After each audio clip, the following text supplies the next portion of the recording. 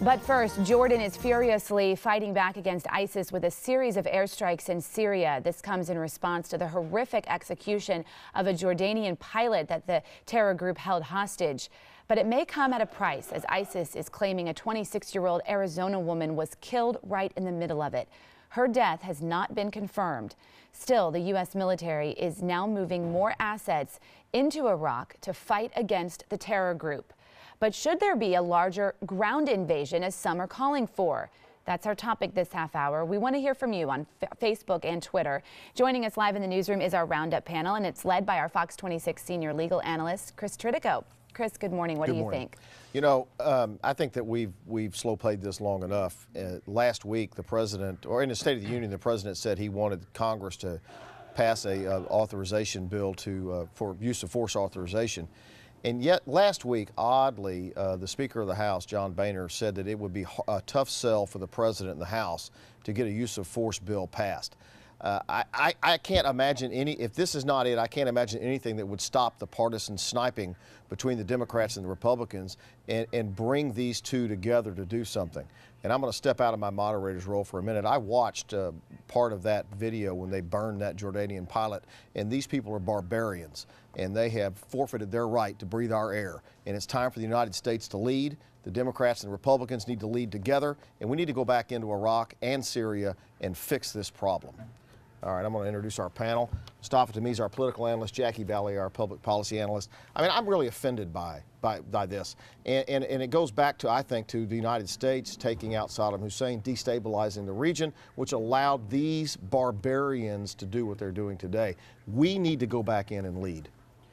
You know, first, our hearts go out to the families of people that, whether they're aid workers or whether they're journalists that have gone into these regions and been kidnapped, and all these horrific things that are happening to them. I mean, people that put their lives in danger so that the rest of us know what's going on and go out there, do aid work. So our hearts go out to families.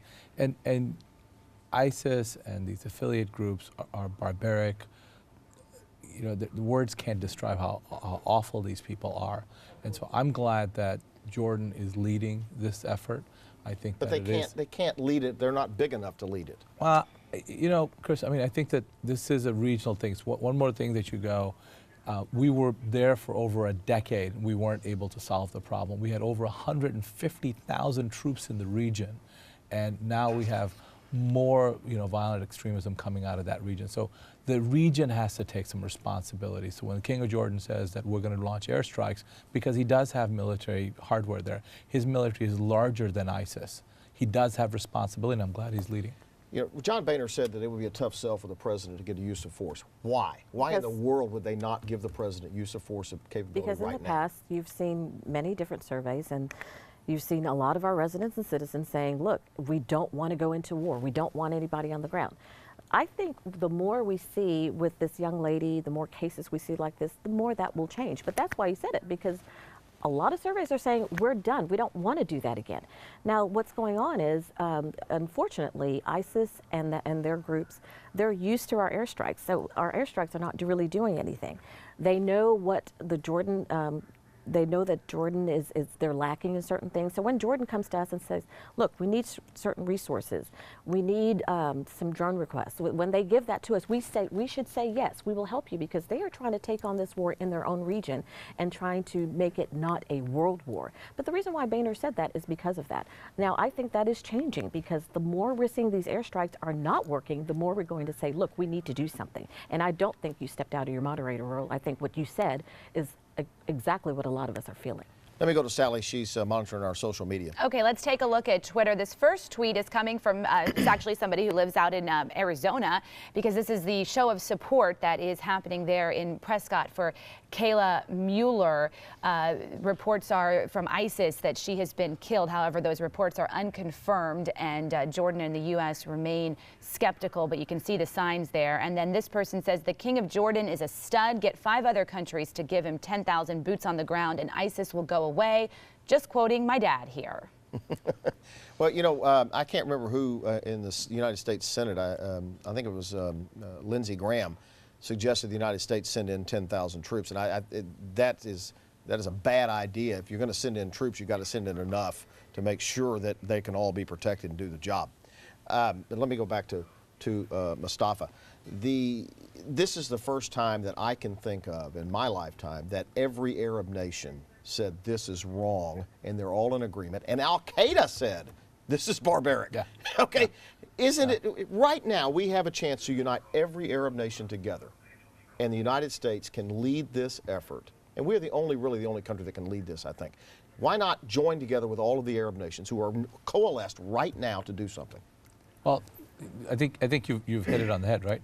Why don't all of the Arab nations get together and go after this? And so if we keep stepping in, people look around and go, why don't you do it, right? So in essence, it is time that Jordan stepped up. It's time that Saudi Arabia stepped up, because some of these problems are coming from these monarchies, and these are not, democratic elected leaders. These are monarchs. These are people that have what I call like the Saudi Inc., right? This is their private corporation, not necessarily countries.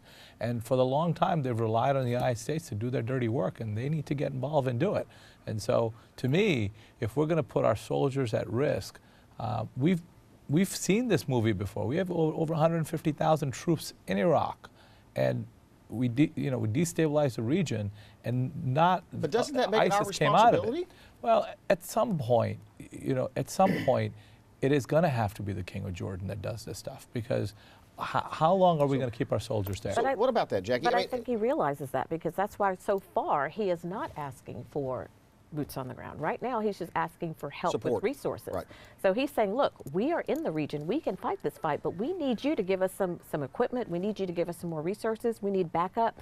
If we're going to do airstrikes, we need to be more strategic about it, because they've figured out what we're doing. I mean, something as simple as night goggles. The ISIS has figured out that they don't have night goggles, so they're doing a lot of their damage in the evening. So he's saying, look, I need to better equip my guys to go in there and do this, since we are in this region. They're not asking for boots on the ground yet. So he's saying, I am stepping up. You need to come here and help me do that. Is Saudi Arabia, with the king just dying 10 days ago, I think, are they in a position right now, when they're changing leadership, to even jump into this? I mean, they're a monarchy. They have a succession plan. These people have been in place. There's no real change of power. It's the same people. And oil prices are really low. Maybe they can jack up the oil prices and then go, spend the money on supporting the King Jordan. They can buy night classes from anywhere. It is not always our responsibility to deal with these issues. They have to start picking up the slack. And I'm glad King of Jordan is making such strong statements. I'd like to see him back it up. Final thought. I think we need to continue to support them. He is having a little bit of issues. Whenever we had the drone request, he said no. The administration said no. I said we need to give them whatever resources they need so they can fight that war and contain it in the region, because if they don't, it becomes a world war and our issue.